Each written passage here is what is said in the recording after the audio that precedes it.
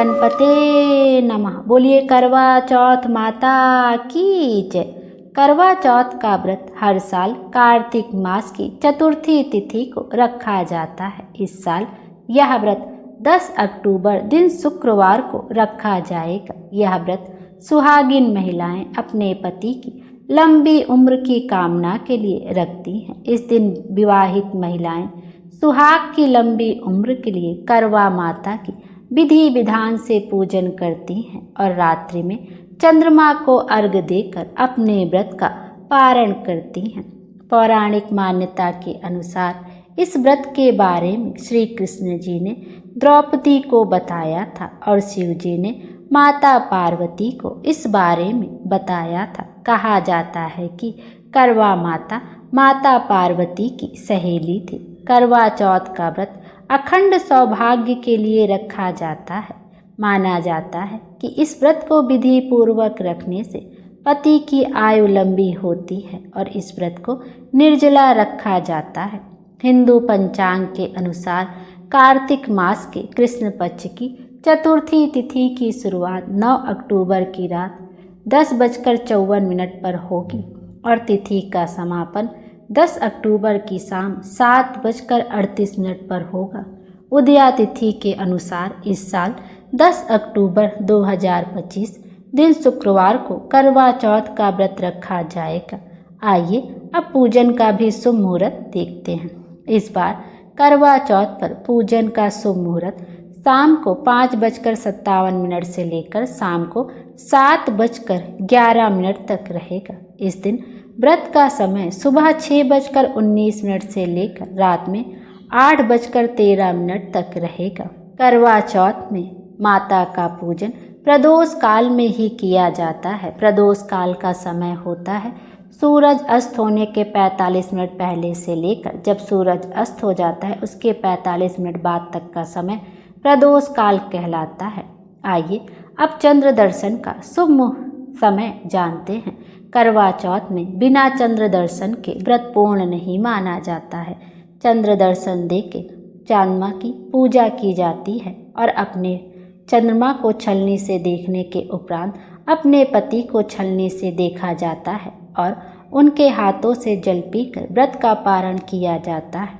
इस बार चंद्र दर्शन का शुभ मुहूर्त है रात में 8:13 पर। करवा चौथ में कुछ गलतियां करने से बचना चाहिए, जैसे इस दिन अन्न ग्रहण नहीं करना चाहिए। जो गर्भवती महिलाएं हैं केवल उन्हें ही होता है कि वो कुछ अन्न जल ग्रहण कर सकती हैं एक आध बार, नहीं तो जिनको कोई दिक्कत ना हो स्वास्थ्य संबंधी उन्हें अन्न जल ग्रहण नहीं करना चाहिए। यह व्रत निर्जला ही रखा जाता है।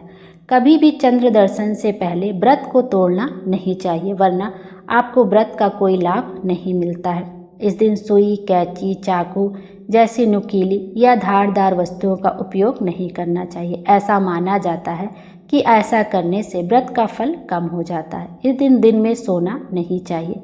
सुहाग की वस्तुओं का दान नहीं करना चाहिए, मतलब अपना सामान जैसे सिंदूर हो गया, चूड़ी हो गया, तो दूसरों को इस दिन दान नहीं करना चाहिए।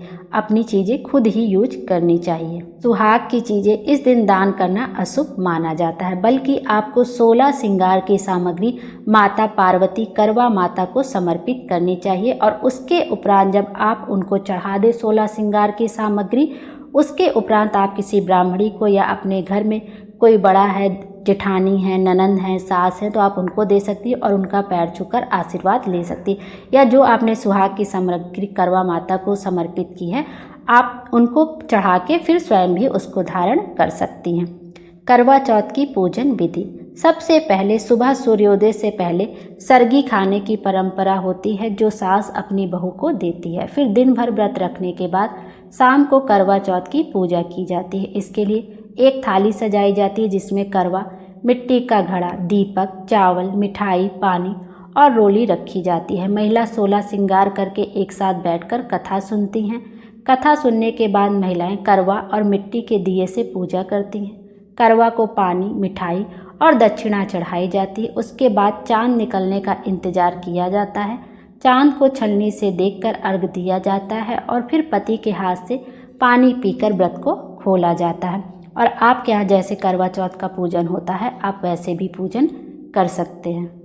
और माँ को 16 श्रृंगार की सामग्री अवश्य इस दिन समर्पित करनी चाहिए। बिछुआ है, सिंदूर है, मेहंदी है, आलता है, नई चूड़ियाँ हैं, सब माँ को समर्पित करनी चाहिए। और उसके बाद आप उसको स्वयं भी पहन सकती हैं या अपने किसी बड़े को दान कर सकती हैं। यह थी आज की वीडियो। उम्मीद है आपको अच्छी लगी होगी। Thank you.